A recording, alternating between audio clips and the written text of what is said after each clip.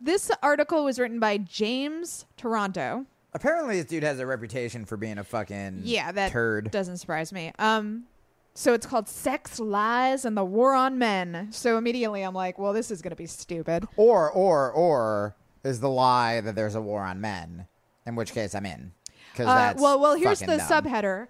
The rights of the accused are under vicious attack. Aww, men. Men, are you okay? Oh, do you still have all the rights? Oh, you'll be fine. Does your mangina hurt? Hey, Wall Street Journal. Yeah. What the fuck's going on? When I first fucking saw, while you would load that up, when I first saw everyone tweeting about this, I just assumed it was on like a fucking Reddit subforum. I didn't know this guy writes for the fucking Wall Street Journal. So this is what he writes. A massive twit storm washed over your humble columnist yesterday. Set off by our Wall Street Journal op-ed defending an Obama nominee and the rights of criminal defendants. To recap briefly, Senator Claire McCaskill has placed a, quote, permanent hold on the nomination of General Susan Helms to be Vice Commander of the Air Force Space Command. McCaskill is punishing Helms for having granted clemency to an officer under her command, Captain Matthew Herrera, who was convicted of aggravated sexual assault.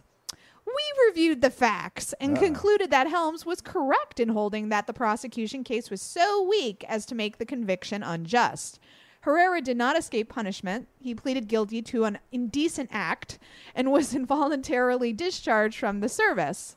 Our argument infuriated feminists, yielding hundreds of tweets and perhaps a dozen posts on various leftist websites.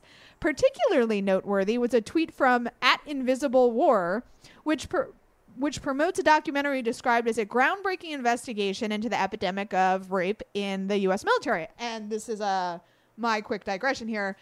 They've been on MSNBC a lot, the filmmakers. They've worked really hard to give a voice to women who have been sexually assaulted in the military. I'm assuming they listen to our show. Hello. Yeah. It's a very important documentary. So the tweet read, appalling. Wall Street Journal's James Toronto thinks we're criminalizing male sexuality by prosecuting military victims. God damn it, Wall Street Journal. Your website sucks. Yeah, well, that's because they suck. So he writes, this is an utter falsehood. Our column discussed sexual assault but made no specific mention of rape, a distinct and more serious offense under military law. Herrera was not accused of rape. He sent a corrective tweet to Invisible War, but no correction has been forthcoming. Readers are left to draw their own inferences as to the film's credibility. And then he fucking goes on ad nauseum. He bitches about all of the mean tweets he got from the mean feminists. He bitches about Jezebel. At one point he pointed out that, like, women have no idea what it's like to, like, have their opinion shot down, like, on Twitter and stuff. And it's like, whoa, dude, do you not know how the internet works? Yeah, well, this is privileged white dude speaking. Where it's like, finally, like, yeah, these people are just, they surround themselves with these, like, disgusting jokes and hanger-ons and yes men. And so once there's pushback from a community, they're just like, the bitches are loose. And they freak out. He gets a little racial. He calls them a lynch mob. All right.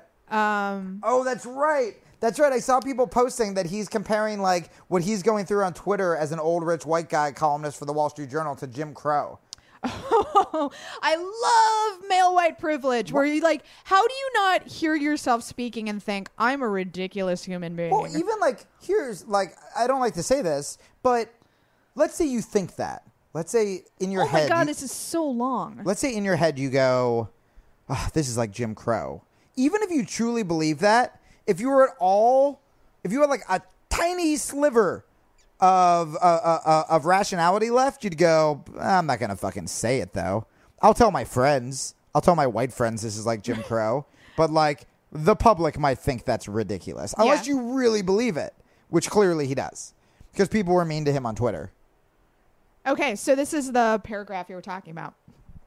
All this viciousness was in the service of denying that there is, as we wrote in yesterday's article, a war on men.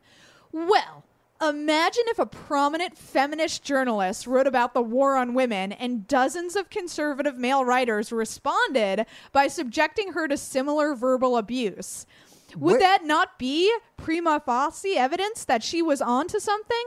If the answer is yes, and we'd say it is, then either the same is true in our case or the sexes aren't equal. But I love that he's like, imagine a world where women are attacked for stating their opinion. And I love that he said dozens of tweets, because I'm like, dozens of tweets per second, idiot. You mean thousands of death threats and your address being released? And rape threats. Yeah, like, this is what women deal with every day. And what's his name? I already forgot. James Ferrara. It happened to him once. Is like, oh, I'm butthurt because feminists are yelling at me. Bro, if you think fucking your tweets equate to Jim Crow, then fucking I'm the Twitter version of the Holocaust. Like, holy shit. I know.